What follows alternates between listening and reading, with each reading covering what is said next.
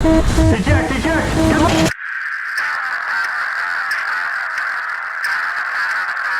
Welcome back to the channel, guys. Now today we'll be comparing the F-14A early in WarThunder with the F-14A in DCS. We'll be comparing its radar, flight characteristics, and all that fun stuff. But before we get into that, I was thinking about how people say GG. That can also mean get good.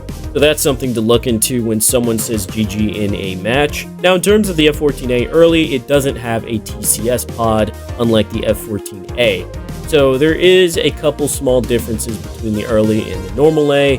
Also, another thing to note is DCS has a working Rio named Jester, so that's pretty neat.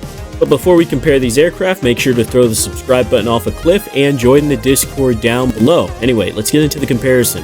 Now in terms of the control surfaces, they seem pretty much the same, although I would say that the DCS module has maybe quicker reaction time, due to there being no pilot assisted flight model and all that. So once you pull in the stick in the F-14 in WarThunder, it's not going to pull immediately like it would in DCS. Now in terms of the takeoff run, they're actually quite similar. You can see we start around, well, we start at 0 knots, and you see they're keeping their speed around the same area, you know, 70 knots on DCS and 70 knots on WarThunder and so forth. Now they're at 100.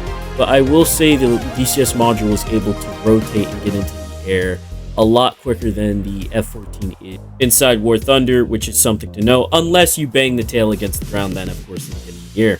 Now we'll be doing the acceleration from 260 knots, and we'll see which one seems to be going faster. And to be honest, so it seems like the DCS module is actually out-accelerating the F-14 model in WarThunder just slightly. And, I mean, this is a slight tweak Gaijin can add. And I'm not making this video for Gaijin to upgrade the F-14 or change it or whatever. I just want to show this and show players, hey, here's the differences in the games and their performance. And it looks like the DCS module is out-accelerating the one in WarThunder. Now, in terms of flat spins and recovery, the F-14 in WarThunder is extremely easier to get into a flat spin and to get out of a flat spin. In DCS, it's a little harder, but I guess that's a given because they model their stuff a lot more realistic than WarThunder does. So WarThunder, it's going to be a lot easier to get out of flat spin, which could be a pro, I guess. So yeah, I guess that's something good. Now, in terms of the compressor stall, WarThunder does not have a compressor stall at all. I think we're all aware about this, but in terms of DCS, well, you know.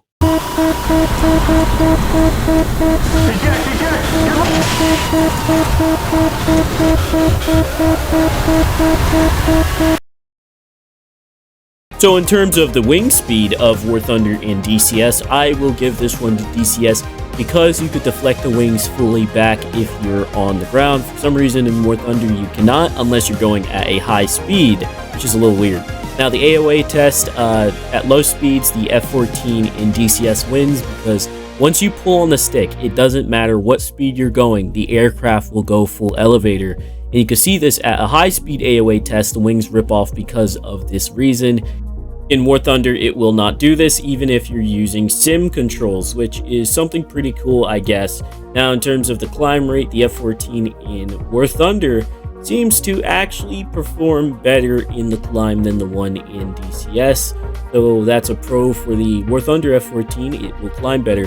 And I'm not sure if I stated this yet, but we're using the same exact payload, which is no payload. I'm using a full tank in both jets. So throughout this whole test, and we're also using the wing sweep auto mode. Now theoretically, since the F-14 in WarThunder doesn't have a TCS pod and the one in DCS does, that could add an extra weight to the aircraft, but I don't think it would be that much to have this drastic of a change between altitude climb rate, which is right now it's just insane. It's like, wow, the F-14 in WarThunder is just zoom climbing while this one's slightly behind it in DCS, but you know, it's just a small little nitpick and probably will be changed in the future. Now in terms of the turn rate fight, or just, you know, going in a turn, the F-14 in DCS does have more AOA, so you'll be able to pull those snapshots a lot easier than the one in WarThunder. But for the most part, when they're holding these circles, they're actually turning about the same. I would say the F-14 in DCS is doing it a little higher, at a little higher speeds and a lither better, while the one in WarThunder is at a higher altitude, but going a little slower. So honestly, I would say they're pretty equal in the turn, although the F-14 and DCS will have more nose authority because I'm not even pulling full stick in WarThunder, I'm pulling full stick, not in DCS, so yeah. In terms of weapons and payload capability, the F-14 in DCS carries a lot more. Not only could you carry guided munitions, you could carry the AIM-9Ls, the AIM-9Ms, the Phoenix C, the Phoenix Mark 60, the Phoenix A, the AIM-7M. You also get more countermeasures, which Gaijin for some reason didn't add to the F-14. So yeah, a lot better. Also fuel tanks. In terms of WarThunder, you can carry the AIM-7M, the Phoenix A, which is in DCS, we'll be testing both of those. And then you can carry the AIM-9H, which are pretty decent, but they're nothing like the AIM-9L. So in terms of the Phoenix test, which is actually more of a radar test, we'll be testing the Phoenix A in WarThunder with the Phoenix A inside DCS. So we'll be using the same Phoenix and pretty much the same radar. So in WarThunder, if you fly low to the ground, any radar missile will always slam into the ground or blow up right above the ground for no reason. That's just how it is. It just blows up. And DCS, let's see if DCS does the same thing, because it's quite annoying when that happens. So we're in DCS right now. We launched the Phoenix on a low-flying MiG-29, which should have a smaller radar cross-section than the F-4E, which we just used. And you can see it's tracking pretty well. We're not using TWS. We're actually hard-locking him. He's pretty low to the water, and bam, slams into him. No problem. So I'm going to give that one to the F-14 in DCS. Its radar is a lot better because it actually tracks things towards the ground, and it can deploy its weapons against its targets. If you're flying WarThunder low to the ground, any radar missile will miss you. It's just how it is, unfortunately, and hopefully Gaijin fixes this in the future. Anyway, guys, tell me what you guys think about this comparison in the comments down below. Obviously, it wasn't the most in-depth video of the F-14 in DCS and WarThunder.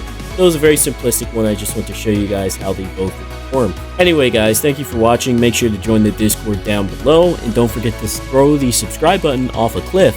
Anyway, take care, guys.